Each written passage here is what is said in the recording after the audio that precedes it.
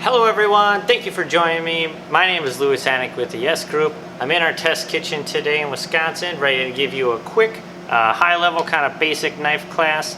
We're going to cover manufacturing, we're going to cover the anatomy on knife, we're going to talk about maintenance, kind of what's in a basic knife kit, and then we're going to do a quick live demo. Before we get started, quick reminder, all of our social media stuff here, and our YouTube channel, full of great stuff like this one. Alright, let's dive right in. So manufacturing of knives, there's two basic methods that the knives are made, stamped and forged. This one here is a stamped knife, the Velo from Dexter. The stamped knife is made by taking a single sheet of stainless steel, taking a press, punching out those knife shapes, and then giving them an edge, and then adding a handle. A forged knife is maybe what you think of when you think of a blacksmith making a knife. Single piece of steel hammered into the shape all the way through to the handle, and then you give it an edge and you're ready to go. The big difference between the two is going to be weight. Forged knife is going to be typically heavier than a stamped knife, and then the other difference is going to be cost. The stamped knife will be more price effective for you, and the forged knife be a little bit pricier, but they do tend to last a little bit longer. On to the anatomy of the knife. Just a real basic overview of the knife here. We'll start at the back, work our way to the front. We have the butt end, the handle. Some are riveted, some are formed handles like on our stamped knife. Looking at it from this view, here's our tang. There you have the spine running down, our tip, along to our cutting edge, the actual blade itself, and then the bolster. You'll see this forged knife doesn't have such a defined bolster. You'll find that varies based on which series you're picking from. On to basic maintenance. A sharp knife is the safest knife, so we'll cover sharpening and honing.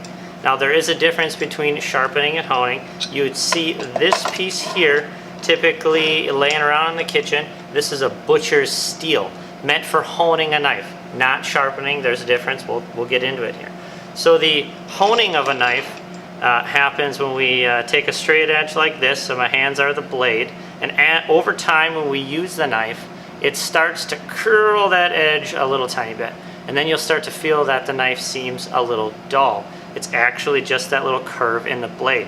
When we hone the knife like that, what we're doing is we're taking that curved edge and we're just bringing it back to straight. Alright, that straightness makes you feel like that knife is sharp again. And you should be doing that honing, depending on how much you're using the knife, almost every day, every other day, depending on, again, usage. So, sharpening. Sharpening, the difference between the two, this is a diamond steel. It has a little bit of a grit to it.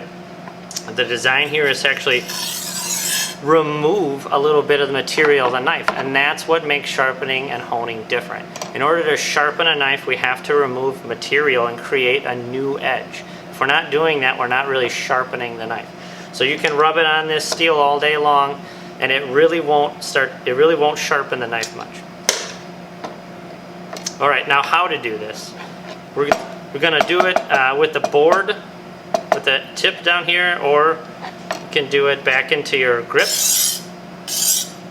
We're going to do it this way here for demonstration purposes, so you can kind of try and see that angle. So what I want to create is a 15 to 20 degree angle, lifting that knife about a 1/4 inch off of that steel. Try and get a better shot there. And then start up here at the heel of the knife, all the way down to the tip. And then on the opposite side, the same thing. All the way down and through.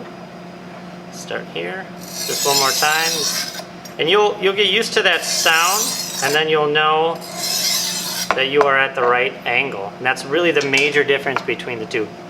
The other sharpening tools you may find are whetstones, which are kind of rare nowadays, or that handheld sharpener that you run between the sharpener, and it has those kind of twin blades in it that will remove some of the material and give you you'll actually see material of the knife come off of that.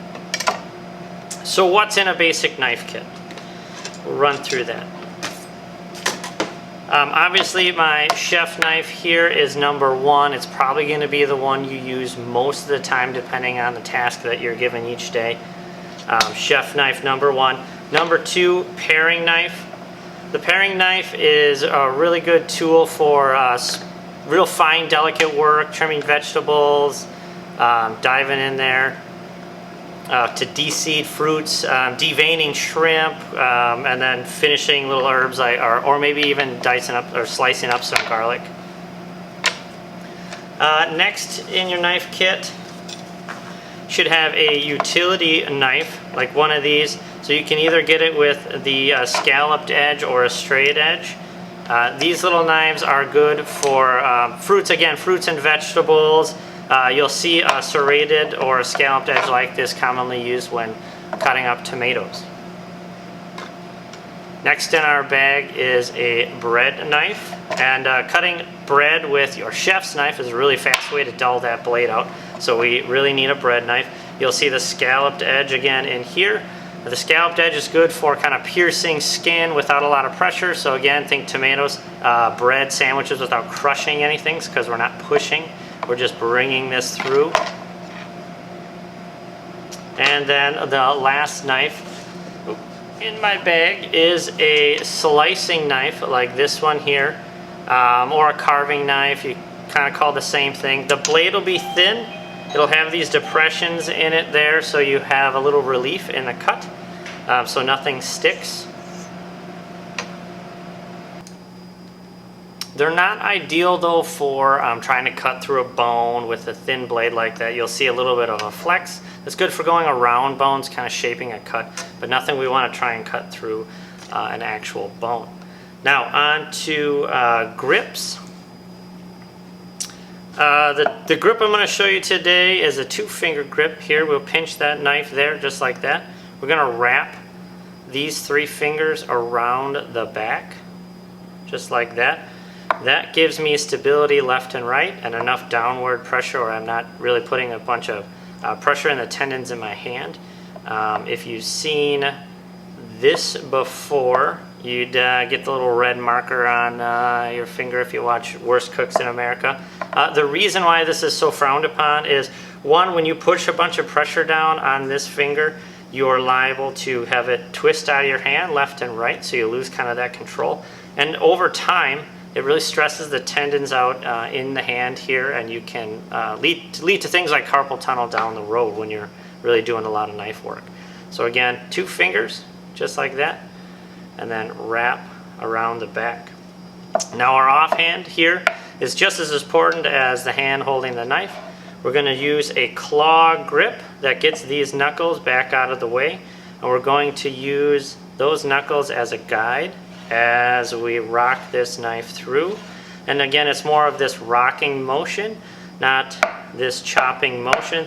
This knife, you can see, has a natural kind of curve to where the blade is made. So we keep the tip down, and then we just make that motion as we're cutting.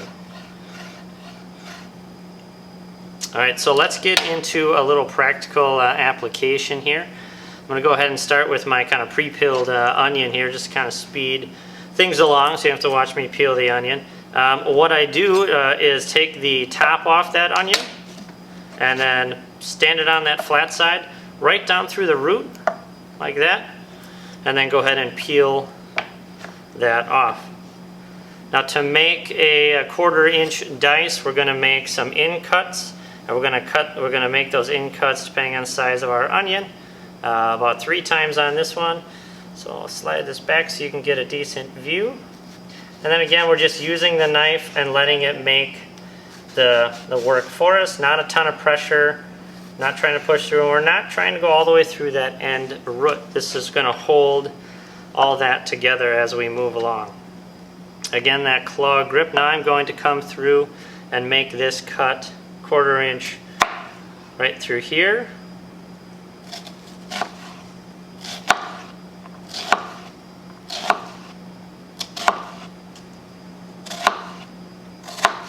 And then a quick turn, keep the board clean. Oops, got some stragglers there. Then we come back through using that knuckle right up here as our guide. And again, just down and through. Now you're going to have, depending on the size of the chef knife, you may have to lift it off the board, especially for something like the onion there. So you can see all that falls away nice and evenly. And we go ahead and scoop this up with our, oh no, I lost the camera. Alright, we'll come back with our bench scraper, pick up our onions and toss them in our bowl here as we make our little pico here. Always want to try and use a bench scraper, not the edge of the knife. One, you'll wear out that blade, and then the second, you're obviously more likely to cut yourself. Next thing we're going to do is go ahead and prep our tomato here. Take our paring knife. Want to knock the ends off, and you can save those little bits for soup or something one day. I'm going to go ahead and make one cut down the middle here, just like that. Then we take our paring knife right into here, and what I'm doing now is just trying to remove all little seeds and innards there of that tomato that are good for some applications, but not for this one. So again, we're going to save that, make tomato soup out of it like we said. I'll bring back in the chef's knife here. Go ahead and make those same cuts like on our onion all the way through our tomato. Oh, okay. The last one can be tricky there. Come through, get those all lined up. Same thing again, just nice little rocking motion through here. The blade should do all that work for you. Make sure you're in the claw grip. And scoop those up into the bowl. Gonna knock out the rest of these.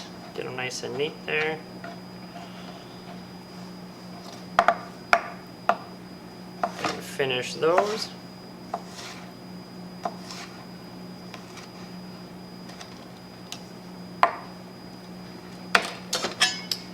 Then on to the jalapeno.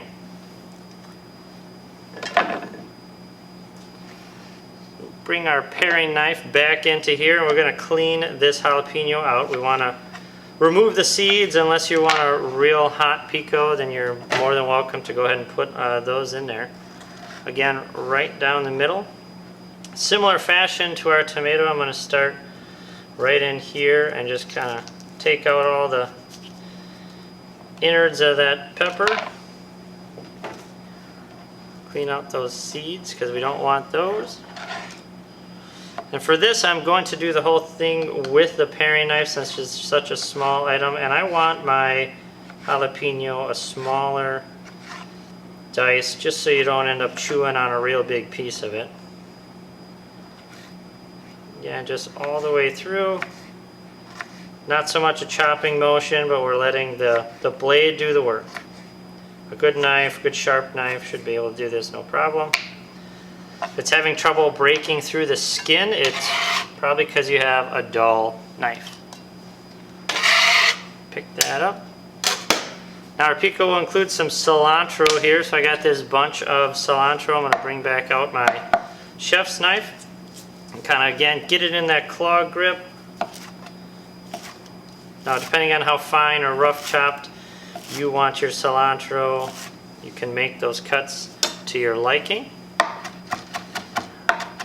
Like a little bit finer, so I'm going to go ahead and just rock this over. You'll see that I'm keeping the tip on the cutting board and just letting the knife do that work for me. Keeping this other hand off the board, up on top. Kind of the weight there of my little fulcrum, if you will. We'd finish that with lime, salt, and pepper to your liking. Well, thank you for joining us today and your time. I'm available for questions after this is over with. And we're also available all the time at sales@theyesgroup.com. Again, my name is Louis. Thank you for joining me.